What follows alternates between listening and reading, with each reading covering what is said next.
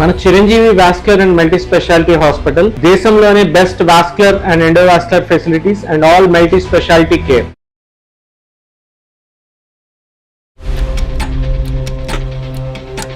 అది అసలు నాకేమీ చెప్పట్లేదు సార్. అదే ఏమైనా అడిగితే జాబ్ కూడా మానేసింది సార్. రూమ్ లోకి వెళ్ళిపోయి ఉండి వారం రోజుల నుంచి సార్.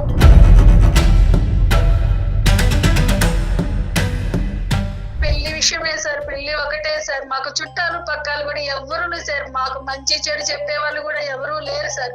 నాకేమన్నా అయిపోతే అతనికి ఏమనిపించిందో తెలియదు సార్. సడన్లీ నువ్వు నాకు అవసరం లేదు, నువ్వు నాకు వద్దు, నేను వేరే పెళ్లి చేసుకుంటా అని చెప్పేసి అన్నాడు సార్. అసలు నేను ఎందుకు నచ్చట్లేదు, నాలో ఏదన్నా అంటే లోపం ఏమన్నా ఉందా? ఇద్దరు అబ్బాయిలు మంచి వాళ్ళే, ఎవరు చెడ్డవాళ్ళు అనేది ఏం కాదు. కానీ సగం దూరం ప్రయాణం చేసిన తర్వాత నిన్ను ఈ విధంగా చేసి వెళ్ళిపోవటం అనేది, ఈ అబ్బాయిల మీద నాకు నమ్మకమే లేదు. నాకు అసలు ఎవరొద్దు, ఎవరి ముఖం చూడను అని చెప్పేసి నేను లోపలికి వచ్చేసి నేను బాధపడుతున్నాను మేడం. పెళ్లి వద్దు సార్, నాకు ఈ పెళ్లి చేసుకోవాలని అస్సలు లేదు. మా మమ్మీనేమో పెళ్లి చేసుకో అని చెప్పి నన్ను బాగా మెంటల్ టార్చర్ చేస్తుంది. మా మమ్మీకి అసలు అర్థం కావట్లేదు. ఇక్కడ సైలెంట్గా ఒక నరకాన్ని అనుభవించినటువంటి వ్యక్తి ఎవరన్నా ఉంది అంటే కనుక అది మీ అమ్మాయి అమ్మ.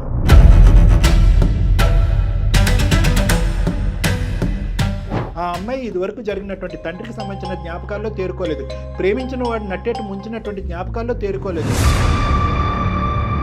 పిల్లలు కన్నా తర్వాత కానీ పిల్లలు కనక ముందు కానీ అర్ధాంతరంగా నన్ను వదిలేసిపోతే కనుక అప్పుడు ఒక డివోర్సీ లాగా జీవితాంతం బ్రతికేదానికంటే ఇప్పుడే ఒంటరిగా బ్రతకడం బెటర్ కాదా డాక్టర్ గారని మీ అమ్మాయి ఒక ప్రశ్న అడుగుతుంది.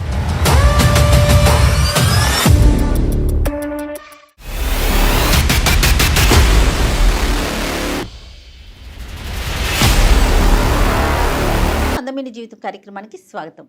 నమస్తే కళ్యాణ్ గారు. నమస్తే మేడం. విజయ అని ఒక తల్లి మనకి ఇమెయిల్ చేశారండి. కూతురికి సంబంధించి తన జీవితం ఏమైపోతుంది, ఎటు వెళ్తోంది, తన అర్థం కాక తన మాట వినట్లేదు, దయచేసి డాక్టర్ గారితో మాట్లాడించండి, నా కూతురు జీవితం అగమ్య గోచరం అయిపోతుంది కూతురు గురించి మెయిల్ చేశారండి. విజయ ఆవిడ పేరు. ఒకసారి మాట్లాడదామండి.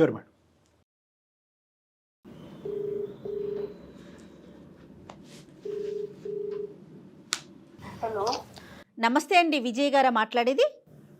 నమస్తే అండి. నమస్తే అండి, నేను జయానండి, సుమన్ టీవీ అందమైన జీవితం ప్రోగ్రామ్ నుంచి. నమస్తే అమ్మా. నమస్తే అమ్మా. నమస్తే. మీరు పాప గురించి ఏదో మెయిల్ పెట్టారు నాకు. అవునమ్మా, మా పాప గురించే పెట్టుకున్నానమ్మా. నాతో పాటు డాక్టర్ కళ్యాణ్ చక్రవర్తి గారు ఉన్నారు. సమస్య ఏంటో డాక్టర్ గారికి చెప్పండి అమ్మా ఒకసారి. నమస్తే విజయ్ గారు. సార్ నమస్తే సార్. దేనికి సంబంధించిన అంశం అమ్మాయి? పాప గురించే సార్. అది యాక్చువల్లీ హైదరాబాద్ సార్. హైదరాబాద్ లో మా వారు పని సార్. అక్కడ ఉన్నప్పుడే పాప పుట్టింది. ఏంటమ్మా సమస్య? మా వారు ఆ బట్టల షాప్ లో బాగా డబ్బులు బిజినెస్ పరంగా తాగడం కానీ అవన్నీ చేసి చాలా నష్టం తీసుకొచ్చాడు సార్. అతనికి లేని అలవాటు లేదు సార్. అయ్యో. అప్పులు చేసేసాడు సార్. మాకేం లేకుండా చేసేసి అప్పులకు సమాధానం చెప్పలేక నన్ను పాపని తీసుకొని బాంబేకి తీసుకొచ్చేసాడు సార్. ఇప్పుడు బాంబేలో ఉన్నారమ్మా, ముంబైలో ఉన్నారా? అవును సార్, బాంబే నుంచే మాట్లాడుతున్నాం సార్. సరే చెప్పండి అమ్మా. ఇక్కడికి వచ్చిన తర్వాత కూడా ఆయన ఏమాత్రం మారలేదు సార్. చాలా ఇబ్బంది అయిపోయింది. సో అతనికి తాగుడు, వ్యసనాలు ఇవన్నీ. మీకు ఎంతమంది పిల్లలమ్మా? ఒకే ఒక పాప సార్ నాకు. పాప ఒక్కతే. ఇప్పుడు పాప వయసు ఎంత? ఇప్పుడు 27 వస్తుంది సార్. ఓకే. ఇక్కడ కూడా ఆఖరికి నా పుస్తలు ఉంటే అది అమ్మేసేసి బిజినెస్ పెట్టిస్తే బట్టల పని చాలా ఆయనకి లేని అలవాటు లేదు. ఎక్కడ కూడా అట్లానే చేశాడు సార్. పాప ఇంటర్ ఫస్ట్ ఇయర్ అప్పుడు ఆయన చనిపోయారు సార్. లేరు ఇప్పుడు లేరు సార్. పాప ఏమైనా చేస్తుందమ్మా? ఇప్పుడు జాబ్ చేస్తుంది సార్. బీటెక్ అయిపోయింది సార్. మా వారు చనిపోయిన దగ్గర నుంచి కూడా పాపకి అమ్మైనా నానైనా అన్ని నేనే అయి చూసుకుంటా వచ్చాను సార్. నేను పాపకి ఏ మాత్రం కష్టం తెలియకుండా చూసుకుంటా వచ్చాను సార్. నేను ఇక పాపకి 27 వచ్చినాయని చెప్పేసి పెళ్లి చెయ్యాలని సంబంధాలు చూశాను సార్. అయితే ఒకరికొకరు ఇష్టపడ్డారు, ఒక నెల మాట్లాడుకున్నారు, బాగానే ఉన్నారు సార్. మరి ఏమైందో ఏమో అది క్యాన్సిల్ అయిపోయింది సార్. అది ఎందుకు క్యాన్సిల్ అయింది అంటున్నారు? వాళ్ళిద్దరి మధ్యన ఏం భేదాలు వచ్చినాయో తెలియదు సార్. బాగానే మాట్లాడుకుంటా ఉన్నారు సార్. కానీ ఆ పాప నాకేమి చెప్పదు సార్. ఏం జరిగిందని అడుగుతున్నా కూడా చెప్పట్లేదు సార్. ఇక రెండో సంబంధం కూడా చూశాను సార్ నేను. అది కూడా అట్లాగే సార్, కొద్ది రోజులు బాగానే మాట్లాడుకుంటానే ఉన్నారు, బాగానే చేస్తున్నారు. ఇంకా నాకు ఏ సంబంధాలు చూడదు, నాకు పెళ్లి వద్దు అని చెప్పి నాతో బాగా వాదనలు పెట్టుకుంది సార్. అసలు పెళ్ళే వద్దు అంటుంది సార్. ఆ అమ్మాయికి ఏం చేతబడి చేశారో, ఎవరేం చేశారో తెలియదు సార్. అవతల వాళ్ళు ఏమంటున్నారండి? ఇప్పుడు పెళ్లి సంబంధం అబ్బాయి వాళ్ళు ఉంటారు కదా, వారితో ఏమన్నా మాట్లాడారా? వాళ్ళు ఏమంటారు? మీ అమ్మాయి బిహేవియర్ మాకు నచ్చలేదు అట్లా అంతా మాట్లాడుతున్నారండి వాళ్ళు. మా బాబు ఏం సమాధానం చెప్పట్లేదు. నాకు పెళ్లి సంబంధాలు చూడదు, నీ పెళ్లి చేసుకోను, నాకు ఇష్టం లేదు, ఇదే చెప్తుందండి. ఉన్నది ఒకగానొక బిడ్డ సార్. ఆ పిల్ల జీవితం ఏమైపోయిందని బాధపడుతున్నాను సార్. నాకు ఆరోగ్యం కూడా బాగోట్లేదండి. ఒక సంబంధం కుదిరినా ఒక సంబంధం కుదరపోయినా పాపకు నచ్చినా నచ్చకపోయినా అన్ని మన మంచికేనమ్మా. ఇలాంటివి ఆ అమ్మాయికి ఏదో ఒక కారణం వల్ల నచ్చినటువంటి సంబంధాన్ని మీరు బలవంతంగా లేదమ్మా అని మభ్యపెట్టో బతిమాలో పెళ్లి చేశారనుకోండి, రేపొద్దున అందులో ఒక 60-70 సంవత్సరాల పాటు ఆ వైవాహిక జీవితంలో అమ్మాయి కంటిన్యూ అవ్వాలి. మానసికంగా అమ్మాయి ఎలా ఉందనేది మీరు చూడాలి కదా. నేను అనేది ఏంటంటే, ఈ పెళ్లి అనేటటువంటి అంశం కాకుండా మిగతా అన్ని అంశాల్లో అన్ని ఇష్యూస్లో మీ అమ్మాయి పర్ఫెక్టేనమ్మా? చదువు కానీ ఉద్యోగం కానీ? పర్ఫెక్ట్ గానే ఉంది సార్. అది అసలు నాకు ఏమీ చెప్పట్లేదు సార్. జాబ్ కూడా మానేసింది సార్. రూమ్ లోకి వెళ్ళిపోయి ఉండి వారం రోజుల నుంచి సార్. ఫ్రెండ్స్ కానీ ఎవరైనా ఉన్నారమ్మా? ఉన్నారు సార్, కానీ వాళ్ళతో కూడా ఎవరితోనే మాట్లాడతలేదు సార్. అసలుకి ఎంత తలుపు కొట్టినా తలుపు తీయట్లేదు సార్. నాకు అన్నం వద్దంటుంది, ఏమి వద్దంటుంది సార్. ఆ రూమ్ లోనే ఉంటుంది సార్. మరి మీ ఆర్థిక పరిస్థితి ఏంటమ్మా? నేను ఇంట్లో పని చేసుకుంటా, నేను బతుకుంటూ వచ్చాను సార్. ఇప్పుడు ఒక గూడు అనేది ఏర్పరచుకున్నాను సార్. అదే ఇంట్లో ఉంటున్నాను సార్. తిన్నా తినకపోయినా కూడా పిల్ల ఏదో జాబ్ చేస్తుంది, పర్వాలేదు. పిల్లకి పెళ్లి చేద్దాం, తన భవిష్యత్తు బాగుంటుంది అనుకుంటే పిల్ల ఇప్పుడు ఇట్లా చేస్తుంది సార్. ముందు ఒకసారి సూసైడ్ కి అటెంప్ట్ చేసుకోబోయింది సార్ తను. ఇంతకు ముందు అటెంప్ట్ అంటే ఎప్పుడమ్మా? అది ఎంతకాలం క్రితం? అప్పుడు కారణం ఏంటి? తను అప్పుడు అంతకు ముందు ఎవరిని ఇష్టపడింది సార్. జరగలేదని చెప్పేసి తన ఇదిలో చేసుకోపోయింది సార్. అందుకనే సార్ మీ వల్ల మా పాప భవిష్యత్తు బాగుంటుంది, కనీసం మీ మాటైనా మీరు ఆ అమ్మాయి మనసు మారిద్దని సార్ మీకు మేలు పెట్టుకున్నాను సార్. అయ్యో, ఈ అర్జెన్సీ చూసే మేము వెంటనే రెస్పాండ్ అవటం జరిగింది. ఒకసారి పాపతో మాట్లాడదాం అమ్మా. మాట్లాడిస్తాను సార్, నేను మాట్లాడిస్తాను సార్. మాట్లాడిపించండి అమ్మా. ఒక్క నిమిషం సార్. ట్రై చేయండి అమ్మా, ట్రై చేయండి. కీర్తన, అమ్మా కీర్తన, ఒక్కసారి తలుపు తీయమ్మా. మా అమ్మ కదా, ఒక్కసారి అమ్మా, మా అమ్మ కదా, ఒక్కసారి తలుపు తీయమ్మా. మన చుట్టాలేనమ్మా, ఒక్కసారి మన చుట్టాలతో మాట్లాడుతురా అమ్మ, ఫోన్ మాట్లాడుతురా అమ్మ. తల్లి మా అమ్మ కదా, బంగారు తల్లి, ఒక్కసారి రా తల్లి, మాట్లాడుతురా అమ్మా. కీర్తన, హలో, ఎవరు? అమ్మ అదే ఇందాక అమ్మ చెప్పారు కదమ్మా, మేము మీ చుట్టాలని చెప్పారు, బంధువులని చెప్పారు. కానీ వాస్తవానికి మేము మీ బంధువులం కాదమ్మా. ఉన్నది ఉన్నట్టుగా చెప్పాలి, నిజంగా నిజాయితీగా మాట్లాడాలి. కాబట్టి ఇది అందమైన జీవితం అనేటటువంటి ఒక కార్యక్రమం అమ్మ. నా పేరు డాక్టర్ కళ్యాణ్ చక్రవర్తి. నాతో అటు మన జయ మేడం కూడా ఉన్నారు, సీనియర్ హోస్ట్ ఆవిడ. సో ఏంటంటే అమ్మ చాలా బాధతో మాకు ఒక ఈమెయిల్ పంపించడం జరిగిందమ్మ. నా కూతురు నా చెప్పిన మాట వినట్లేదు, చాలా విపరీతమైనటువంటి డిప్రెషన్లో ఉంది, తిండి తినట్లేదు, తను రూమ్లోంచి బయటికి రావట్లేదు, ఉద్యోగం కూడా మానేస్తుందని చెప్పి ఇంతకుముందు సూసైడ్ అటెంప్ట్ కూడా చేశారని చెప్పింది అమ్మ. నీ బాధ ఏంటి అనేటటువంటి నీ వివరం తెలుసుకోవడానికి మేము కాల్ చేసామమ్మా. ఎలా ఉన్నావమ్మా? ఏంటి నీ పరిస్థితి? అంటే నాకు మ్యారేజ్ అంటే, నువ్వు తెలుగులో ఫ్లూయెంట్గా మాట్లాడగలవమ్మా? మీకు ఎలా వస్తే అలా మాట్లాడండి, పర్వాలేదండి, మీ కన్వీనియంట్. చెప్పు నాన్న. నాకు మ్యారేజ్ అంటే ఇష్టం లేదండి, పెళ్లి చేసుకోవాలని లేదు నాకు. పెళ్ళే ఇష్టం లేదు, పెళ్లి వద్దు. మా డాడీ మమ్మల్ని చాలా ఇబ్బంది పెట్టేవాడు, చాలా టార్చర్ చేసేవాళ్ళు. అంటే ఏమన్నా ఇంట్లో డబ్బులు ఉన్నాయి తీసుకెళ్లిపోవడం, ప్యాకాటడం, అట్లాంటి పనులు చేసి మమ్మల్ని చిత్రహింసలు పెట్టేసిండండి. అప్పటి నుంచి నాకు మ్యారేజ్ చేసుకోవాలని అసలు ఇంట్రెస్ట్ లేదండి. అంత చిన్న వయసులోనే నీకు ఫ్యామిలీ మీద, మ్యారేజ్ మీద ఒక ఇష్టం అనేది పోయింది? ఇష్టం అనేది పోయిందండి. మరి జాబ్ ఎందుకు మానేసావు? జాబ్ నేను జాయిన్ అయినప్పుడు ఒక అబ్బాయి ఉండే అండి. అబ్బాయి నన్ను అంటే చాలా నమ్మించిండు. ఒక 6 months వరకు మేమిద్దరం ట్రావెల్ చేసినాం. కాదు నాన్న, ఇప్పుడు పెళ్ళంటే ఇష్టం లేదన్నావు, నీకు మగవాళ్ళ మీద కోపం అన్నట్లుగా మాట్లాడావు. మరి ఈ అబ్బాయికి ఎట్లా అట్రాక్ట్ అయ్యావు? ఆ అబ్బాయి అంటే మా ఆఫీస్ లోనే పనిచేసేవాడు. ఓకే. నాకు అంటే అతను నాకు నమ్మకం కలిగేలా నాతో క్లోజ్ గా ఉండేవాడు. కారణం ఏంటమ్మా మీరిద్దరు విడిపోవటానికి? అతనికి ఏమనిపించిందో తెలియదు సార్. సడన్లీ నువ్వు నాకు అవసరం లేదు, నువ్వు నాకు వద్దు, నేను వేరే పెళ్లి చేసుకుంటా అని చెప్పేసి అన్నాడు సార్. అలా అనేసరికి నాకు చాలా బాధేసింది సార్. ఈ అప్పటికి అనుకున్నా ఏ అబ్బాయి అయినా ఇంతేనా అని అనుకున్నా సార్. అమ్మా అందుకే ఉద్యోగం మానేసింది మీరు? అవును సార్, అందుకే ఇక నాకు అరే ఇంత ఈజీగా ఒక అబ్బాయి మోసం చేస్తారా అనిపించింది. దానివల్ల నేను సూసైడ్ అటెంప్ట్ కూడా చేసుకోపోయినా సార్. అయ్యో, అమ్మ ఒక్కతే ఉంది కదా, నువ్వు అట్లా చెయ్యొచ్చా? అది ఏదో మెంటల్ గా అట్లా వెళ్ళిపోయినా మేడం నేను. ఇదంతా జరిగి ఎంతకాలం అయిందమ్మా? 1 year అయిపోతుంది సార్. 1 year అయింది కదమ్మా. అయినా కానీ ఒకటి 2 సంబంధాలు చూసేవంట కదా, మరి మ్యారేజ్ వద్దనే దాని సంబంధాలు ఎందుకు మా మమ్మీ ఏడవడం చేయడం, నువ్వు పెళ్లి చేసుకుంటే బాగుంటది, అదే అందులో నుంచి బయటపడటానికి పెళ్లి చేసుకున్నా. చెప్పమ్మా చెప్పు. నేనున్న రోజులు నీ జీవితం బాగా చేయాలని చెప్పేసి మా మమ్మీ చాలా ఏడ్చింది సార్. మమ్మీ ఏడ్చింది, బాధపడింది. దానివల్ల ఆ ఒత్తిడితో నువ్వు ఒక అబ్బాయితో మాట్లాడావు. కానీ కొన్ని రోజులు మాట్లాడిన తర్వాత ఓకే అని అనుకునే పరిస్థితి వచ్చింది కదా ఒక సంబంధంలో. అప్పుడు ఎందుకు ఆ సంబంధాన్ని నో చెప్పారు మీరు? 1 month దాకా మంచిగానే మాట్లాడుకున్నాం. అబ్బాయి కూడా మంచిగానే ఉన్నాడు, నేనేమి అనలేదు. బట్ ఏ విషయంలోనో తనకి నేను నచ్చకపోయేసరికి 1 month మాట్లాడిన అబ్బాయి సడన్లీ నువ్వు అంతే వద్దు, నేను వేరే సంబంధం చూసుకుంటా అని చెప్పేసి అన్నాడు సార్. అసలు నేను ఎందుకు నచ్చట్లేదు, నాలో ఏదన్నా అంటే లోపం ఏమన్నా ఉందా, బాగా డిప్రెషన్ లోకి వెళ్ళిపోయినా సార్. ఇక లోపం ఉందని లోపం ఉండకూడదు, లోపం ఉందన్నట్టుగా మేము కూడా నమ్మట్లేదమ్మా యాజ్ ఏ డాక్టర్. నేనేమంటున్నానంటే ఒక అబ్బాయి రిలేషన్షిప్ అని చెప్పి మీ ఆఫీస్లో తెలిసినటువంటి అబ్బాయి నీతో పాటు 6 నెలల పాటు జర్నీ చేసి పెద్దల వరకు వెళ్ళారు అంటే కనుక ఏ లోపం లేకపోతే అక్కడ వరకు వెళ్ళారని తర్వాత. సో ఇక్కడ నీ లోపం అంటూ నేనేం అనుకోవట్లేదమ్మా. మరి ఇంకా పైపెచ్చి ఏం జరిగి ఉండొచ్చు అనేది ఒక ఆలోచన. 2 అబ్బాయిలు మంచి వాళ్ళే, ఎవరు చెడ్డవాళ్ళు అనేది ఏం కాదు. కానీ సగం దూరం ప్రయాణం చేసిన తర్వాత నిన్ను ఈ విధంగా చేసి వెళ్ళిపోవటం అనేది ప్లస్ గతం కూడా ఎవరికి తెలియదని చెప్తుంది. వేరే సంబంధం కూడా చూసింది సార్. ఎంగేజ్మెంట్ అయిన తర్వాత ఒక 10 days అట్లా అబ్బాయి మాట్లాడిన తర్వాత నేను చెప్పాను ఇట్లా ఫస్ట్ అబ్బాయి ఇట్లా మోసం చేసిరు, సెకండ్ అబ్బాయి కూడా ఇట్లా వదిలేసిరు, మీరు మాత్రం ఎట్లా చేయరు కదా అని చెప్పేసి నేను చెప్పాను. ఎందుకంటే నేను ఇప్పటికే చాలా బాధపడుతున్నాను అని చెప్పేసి చెప్పాను. తను కూడా వద్దని వెళ్ళిపోయాను. ఎలా అంటే నేను చాలా బాధపడ్డా మేడం, చాలా బాధపడ్డాను. పెళ్లి వద్దు ఏమొద్దు, పెళ్లికి ముందే ఇట్లా వదిలేస్తున్నారు, పెళ్లి అయిన తర్వాత ఇంకెలా ఉంటదో. ఎందుకంటే నేను మా మమ్మీకి జరిగింది చూశాను కదా సార్.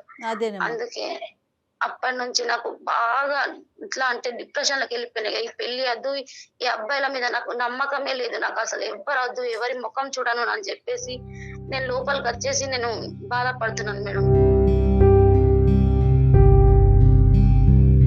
పెళ్లి వద్దు సార్, నాకు పెళ్లి చేసుకోవాలని అస్సలు లేదు.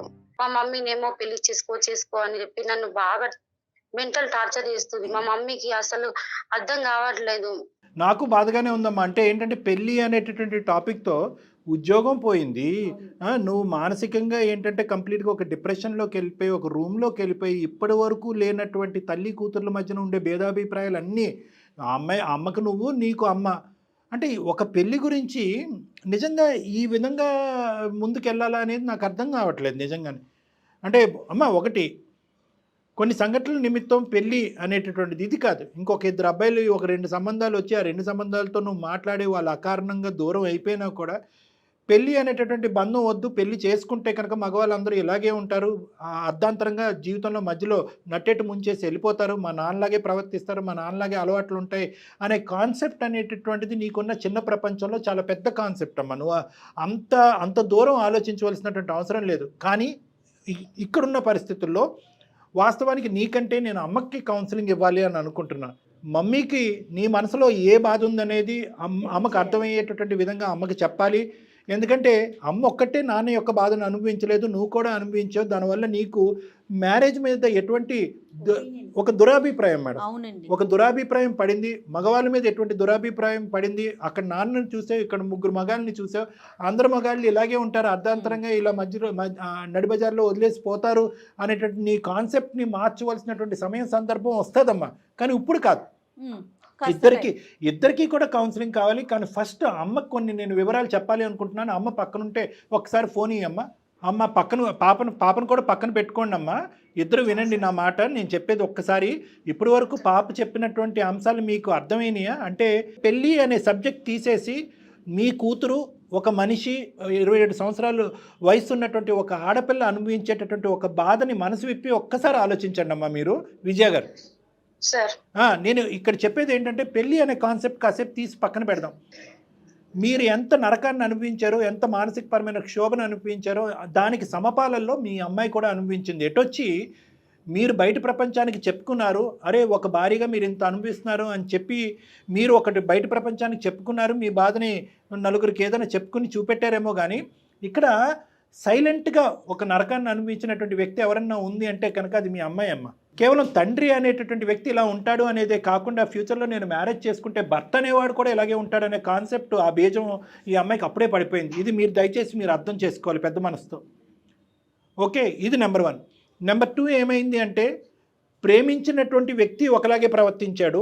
అరేంజ్డ్ మ్యారేజ్ చేయాలి అనేటటువంటి తాపత్రయంతో ఎంగేజ్మెంట్ చేసుకున్న తర్వాత ఒక వ్యక్తి నెల రోజుల తర్వాత పారిపోయాడు. అంటే ఏది కరెక్ట్? ఇంకా అంటే తండ్రి పాత్రలో చూసినటువంటి వ్యక్తి కరెక్ట్గా లేడు, ప్రేమించినటువంటి వ్యక్తి అర్ధాంతరంగా. ఇప్పుడు ఆ అమ్మాయి ఏమనుకుంటుంది, నాలో ఏమైనా లోపం ఉందా సార్, ఎవడికి వాడు వచ్చాడు మాట్లాడుతున్నాడు ఎందుకు వెళ్ళిపోతున్నాడు కూడా చెప్పట్లేదు, అట్లీస్ట్ కారణం చెప్పి వెళ్ళిపోయినా కూడా నేను జీర్ణించుకునేటటువంటి పొజిషన్లో ఉంటాను, నన్ను నేను సరిదిద్దుకుని ముందుకెళ్తాను, కారణం కూడా చెప్పకుండా అకారణంగా ప్రేమించిన వాడు వెళ్ళిపోయాడు, ఎంగేజ్మెంట్ చేసుకుని దగ్గరుండి ఎంగేజ్మెంట్ చేసుకున్నవాడు కూడా వెళ్ళిపోయాడు. ఇంకొక వ్యక్తి నాలో ఏమన్నా లోపం ఉంది అంటే కనుక నీలో ఏం లోపం లేదు కానీ నువ్వు నాకు వద్దు అని చెప్పి వెళ్ళిపోయాడు. రేపొద్దున పెళ్ళి అయిన తర్వాత ఈ ముగ్గురు లాంటి వాళ్ళు ఎవరైనా నా కర్మకాలి నా జీవితంలో ఎవరైనా ప్రవేశిస్తే కనుక పిల్లలు కన్నా తర్వాత కానీ పిల్లలు కనకముందు కానీ అర్ధాంతరంగా నన్ను వదిలేసిపోతే కనుక అప్పుడు ఒక డివోర్స్ ఇలాగ జీవితాంతం బ్రతికేదానికంటే ఇప్పుడే ఒంటరిగా బ్రతకడం బెటర్ కాదా డాక్టర్ గారని మీ అమ్మాయి ఒక ప్రశ్న అడుగుతుంది. ఈ ప్రశ్నని మనం లోతుగా ఆలోచించాలమ్మా. ఆ అమ్మాయికి పెళ్ళి అంటే అయిష్టత, లేదంటే ఈ అమ్మాయి మానసికంగా తేరుకోవటానికి మనం అవకాశం ఇవ్వకుండా పెళ్ళి అనేటటువంటి సబ్జెక్ట్ని ఆ అమ్మాయి మీద బలవంతంగా రుద్దేటటువంటి ప్రయత్నం చేస్తున్నావా? ఇక్కడ మానసికంగా ఫస్ట్ మీ అమ్మాయి యొక్క మెంటల్ స్టేట్ని మీరు ఆలోచించండి. మీరు చదువుకున్నారో లేదో నాకు తెలియదు కానీ అందరికీ అర్థమయ్యేటటువంటి ఒక సబ్జెక్ట్ ఏదన్నా ఉంది అంటే కనుక ఇక్కడ మీ అమ్మాయికి సంబంధించింది డిప్రెషన్. మానసిక మేడం, ఇప్పుడు ఈ అమ్మాయి ఇందాక నేను చెప్పినటువంటి దాంట్లో ఒక వ్యక్తితో ప్రయాణం చేసి తల్లిదండ్రులకు వచ్చి చెప్పి ఇద్దరు తల్లిదండ్రులు ఒప్పించిన తర్వాత ఏ అమ్మాయి ఊహించుకుంటుందమ్మా? ఎవరినైతే ప్రేమించి నమ్మకంగా చేతిలో చేపెట్టుకుని ప్రామిస్ చేసినటువంటి వ్యక్తి విత్డ్రా అవుతాడని ఏ అమ్మాయి ఊహించుకుంటారు? అది పెద్ద మానసిక పరమైన బ్లో. ఈ అమ్మాయి అప్పుడే సూసైడ్ అటెంప్ట్ చేసింది. ఇది జరిగి ఎంతకాలం అయిందని ఇందాక నేను అన్నాను అంటే కనుక ఎందుకు అడిగానంటే ఇది జరిగి ఒక 5 సంవత్సరాల క్రితం అయితే కనుక బహుశా కాలక్రమేణా పోతుంది, ఆ మెమరీస్ అనేవి డైల్యూట్ అయ్యి ఉండేవి మేడం. జరిగి 1 year అవ్వలేదు. ఆ అమ్మాయి ఎంత డిప్రెషన్కి లోన్ అయ్యిందో విజయ గారు కూడా అంతే డిప్రెషన్కి లోన్ అయ్యి ఈ అమ్మాయిని డిప్రెషన్ నుంచి బయటకు తీయాలి అంటే కనుక అర్జెంటుగా ఆగమేఘాల మీద ఈ అమ్మాయికి పెళ్లి చేసేయాలి అనేటటువంటి తొందరపాటు ఆలోచన ప్రస్తుతం అయితే కరెక్ట్ కాదు. సరే కాదండి మా అమ్మాయి పెళ్ళే వద్దు అని అనుకుంటుందంటే నేను తినాలి అనిపించినటువంటి తిండిని నాకు బలవంతంగా పెడితే నాకు వామిటింగ్ వస్తుంది, దాని మీద ఒక ఏవగింపు వస్తుంది. ఇక్కడ కూడా అదే ఆ అమ్మాయికి నచ్చనటువంటి ప్రస్తుతానికి నచ్చనటువంటి సబ్జెక్ట్. నాకేమైనా అయిపోయి నేను కాలం చేస్తే నా బిడ్డ ఎందుకు అలా అనుకుంటారమ్మా? ఎందుకు అంత నెగిటివ్గా ఆలోచిస్తారు? నేను ఒకటే సబ్జెక్ట్ అంటున్నానమ్మా, పెళ్ళి అనేటటువంటి సబ్జెక్టు ప్రస్తావన ఈ రోజు మీ అమ్మాయికి నచ్చకపోయినా కూడా దాని వెనకాతల మూల కారణం ఏంటంటే మానసిక పరిస్థితి బలంగా లేకపోవటం అనేది. ఆ అమ్మాయి ఇదివరకు జరిగినటువంటి తండ్రికి సంబంధించిన జ్ఞాపకాల్లో తేరుకోలేదు, ప్రేమించిన వాడు నట్టేట్టు ముంచినటువంటి జ్ఞాపకాల్లో తేరుకోలేదు. ఎంత మానసిక పరమైన క్షోభం అది. ఫస్ట్ నేనేమంటానంటే ఈ అమ్మాయినే కాదమ్మా, చాలామంది ఈ మధ్యకాలంలో తల్లిదండ్రులు నా దగ్గర తీసుకొస్తున్నారు మేడం. 27, 28, 30, 31, 32 ఆడపిల్లల్ని అబ్బాయిని కూడా తీసుకొచ్చి మా ఎదురుగుంట కూర్చోపెడుతున్నారు. ఏమని కూర్చోపెడుతున్నారు? సార్ ఈ అమ్మాయి కానీ ఈ అబ్బాయి కానీ పెళ్ళే వద్దంటున్నారండి.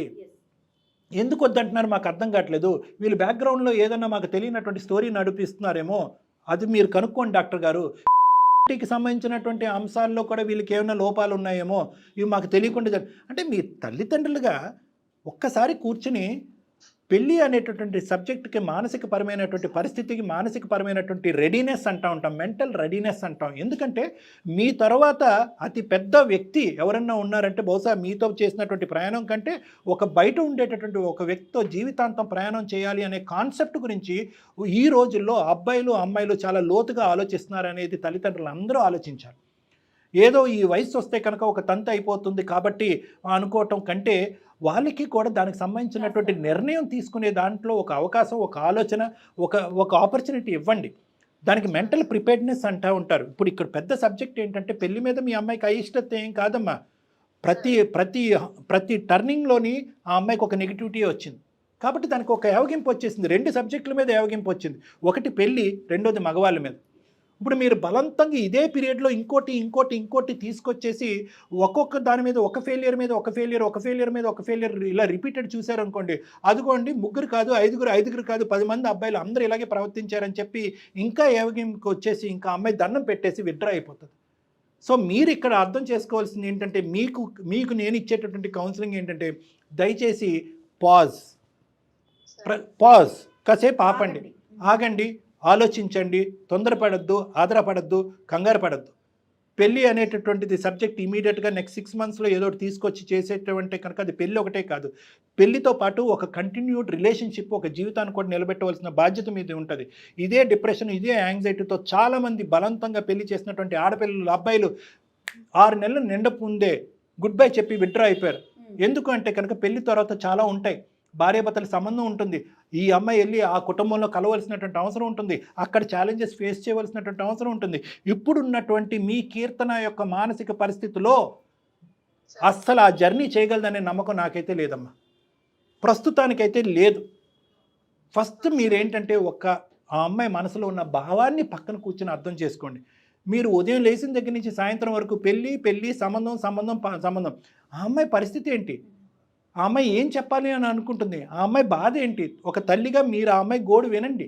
ఆ అమ్మాయి బాధ ఏంటన్నది కడుపు విప్పి చెప్పేటటువంటి ఆ బాధను మీరు వినండి. తాత్కాలికంగా పెళ్ళి అనే సబ్జెక్ట్ తీసి పక్కన పెట్టేసేయండి. ఈరోజు మీరు పెళ్ళి అంటే అమ్మాయికి అది ఒక పెద్ద బూతులా అనిపిస్తుంది. కాబట్టి కొంతకాలం మీరు ఏం చేస్తారు అంటే ఒక తల్లి కూతురులాగా ఈ పెళ్ళి అనే ప్రస్తావన రాకముందు, ఆ తండ్రి చనిపోయిన తర్వాత మీరు ఎలా అయితే బలంగా ఒకరికొకరు తోడుగా ఉన్నారో ఫస్ట్ ఆ సబ్జెక్ట్ గురించి మాట్లాడుకోండి. ఒక తల్లి కూతుర్ల మధ్యన ఉండేటటువంటి సహసిద్ధమైనటువంటి డిస్కషన్స్, మీకు ఉండేటటువంటి సాధక బాధకాలు, మీకున్న ఆరోగ్య పరిస్థితులు, ఆ అమ్మాయికి ఉండే ఉద్యోగ అవకాశాలు, ఇలాంటి సబ్జెక్ట్ గురించి మాట్లాడుకోండి. ఆ అమ్మాయిని కాస్త మానసికంగా తేరుకునేటటువంటి అవకాశాన్ని ఇవ్వండి. ఆ అమ్మాయికి అర్జెంటుగా కౌన్సిలింగ్ కానీ ట్రీట్మెంట్ కానీ కావాలి. దానికి సంబంధించినటువంటి తోడ్పాటు నా దగ్గర తీసుకున్నా సరే అమ్మా, లేదు మీరు ముంబైలో ఉండాను అంటే కనుక అక్కడ నాకు కొన్ని కాంటాక్ట్స్ ఉన్నాయి, ఆ కాంటాక్ట్స్ అన్నా నేను మీకు పంపించడం జరుగుతుంది.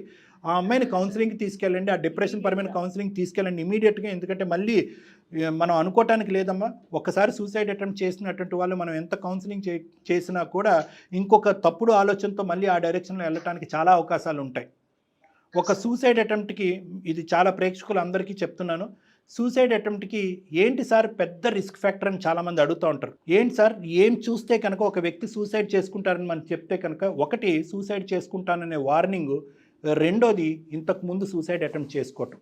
ఈ రెండు చాలా పెద్ద రిస్క్ ఫ్యాక్టర్స్.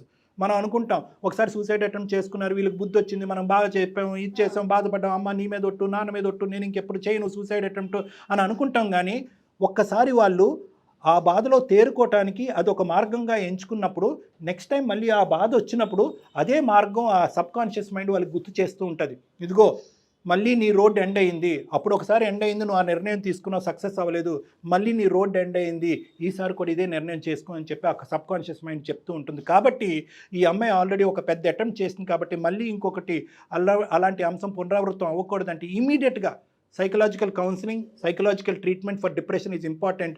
పెళ్ళి అనేటటువంటి సబ్జెక్టు ప్రైమరీ కాదు, అది నెక్స్ట్ ఇయర్ కానీ ఎప్పుడైనా మనం తర్వాత మాట్లాడదాం. ఆ అమ్మాయి ఖచ్చితంగా పెళ్ళికి ఒప్పుకుంటుంది, పెళ్ళి చేసుకుంటాను నిర్ణయించుకుంటుంది. పెళ్ళి అనేటటువంటి దాంట్లో ఈ అమ్మాయి చాలా సంతోషంగా ఫ్యూచర్ ఉంటుంది అనేది నా అభిప్రాయం అమ్మా. ఎంత మంచి విషయం చెప్పారు డాక్టర్ గారు. మేడం తీసుకొస్తాను మేడం, మీ దగ్గరికి తీసుకొస్తాను. మీ ఇష్టం అమ్మా, మీరు ఇక్కడికి వచ్చిన పర్వాలా, అక్కడ కంఫర్ట్ అయితే నేను కాంటాక్ట్స్ కొన్ని నెంబర్స్ పంపిస్తానమ్మా. మీరు ముంబైలో ఉండే ఏరియా చెప్పండి, నాకు అక్కడ ఉండేటటువంటి కో సైకాట్రిస్ట్ ఎవరైనా కొలీగ్స్ ఉంటే కనుక వాళ్ళ నెంబర్స్ రిఫరెన్సెస్ ఇస్తాను మీకు. అక్కడ దగ్గర అయితే కనుక రెగ్యులర్గా కాంటాక్ట్కి వెళ్ళాలి కాబట్టి ఇంత దూరం అయితే కష్టం అవుతుంది. అక్కడ కాంటాక్ట్స్ నేను ఇస్తానమ్మా, మీ నెంబర్కి నేను షేర్ చేసుకుంటాను. ఏమ్మా ఒకసారి కీర్తనకి ఇవ్వండి అమ్మా.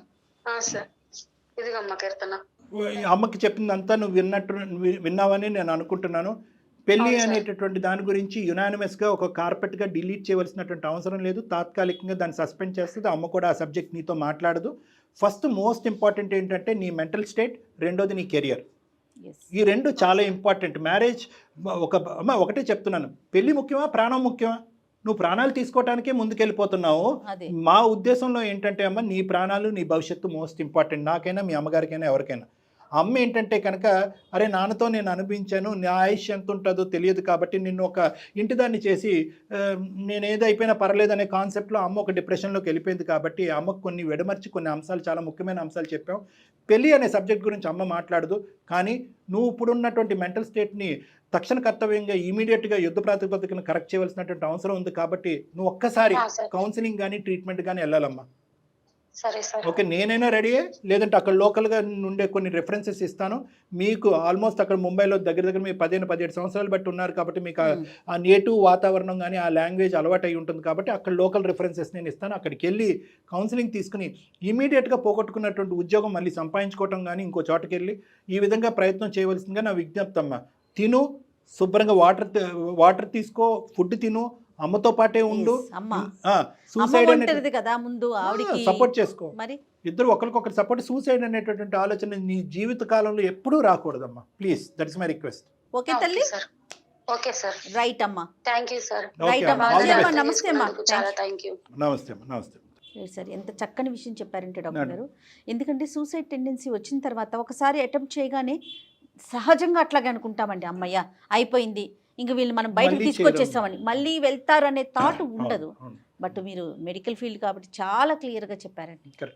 వీళ్ళకి మనం సరైన రిఫరెన్స్ అందించాలి. కూడా ఒక మెసేజ్ మేడం, నేను చెప్పేది ఏంటంటే, ఏదన్నా ఇదే కాదు, పెళ్ళే కాదు, ఏదన్నా ఒక పర్టికులర్ ఏరియా, చదువు కానీ, కెరియర్ కానీ, ఇంటర్వ్యూస్ కానీ, ఇంకోటి ఏదైనా సిచ్యువేషన్ ఉంటే కనుక పెద్దవాళ్ళు పిల్లలతో మాట్లాడేటప్పుడు, అంటే పెద్దవాళ్ళు అంటే ఒక వయసు వచ్చిన తర్వాత ఒక సబ్జెక్ట్ మీద క్లారిటీ రాకుండా ఉంటే కనుక, ఒక నెగోసియేషన్ జరగకుండా మీ మాట వాళ్ళు వినట్లేదు, వాళ్ళ మాట మీరు వినట్లేదు అనే పొజిషన్ ఉన్నప్పుడు దానికి ఏదో మంత్రం తంత్రం అక్కర్లేదండి, ఒక పాజ్ కావాలి. రైట్, ఒక పాజ్ కావాలి. సస్పెండ్ చేయండి ఆ సబ్జెక్టు, దయచేసి సస్పెండ్ చేయండి. అవతల వ్యక్తికి విరక్తి వచ్చి, ఒక ద్వేషం వచ్చేసి, కమ్యూనికేషనే కట్ అయిపోయేంత పరిస్థితి వరకు ఏ ఇష్యూని డ్రాగ్ చేయకండి. ఒక పాజ్ తీసుకోండి, ఇంట్రోస్పెక్ట్ చేసుకోండి, మనం వెళ్ళే అప్రోచ్ కరెక్టా కాదా అని చెప్పి ఎవరికి వాళ్ళు ఆలోచించుకోండి. అవతల వాళ్ళ యొక్క బాధ ఏంటన్నది ఆలోచించండి. ఆ సబ్జెక్ట్ కాకుండా, ఇందాక నేను విజయ గారికి చెప్పాను కదా, ఆ సబ్జెక్ట్ కాకుండా మిగతా సబ్జెక్ట్స్ మాట్లాడుకోవడానికి కొంతకాలం టైం ఇవ్వండి. తర్వాత ఆటోమేటిక్గా ఒక ఆపర్చునిటీ వస్తుంది, కోపాలు భావోద్రేకాలు చల్లబడతాయి, ఆటోమేటిక్గా ఆ సబ్జెక్ట్ మళ్ళీ మాట్లాడుకోవడానికి ఒక అవకాశం ఉంది. రైట్, మా మాట నెగ్గాలనే పంతం ఉండకూడదు, వర్కౌట్ అవుతుంది. రైట్ అండి. నమస్తే డాక్టర్. నమస్తే.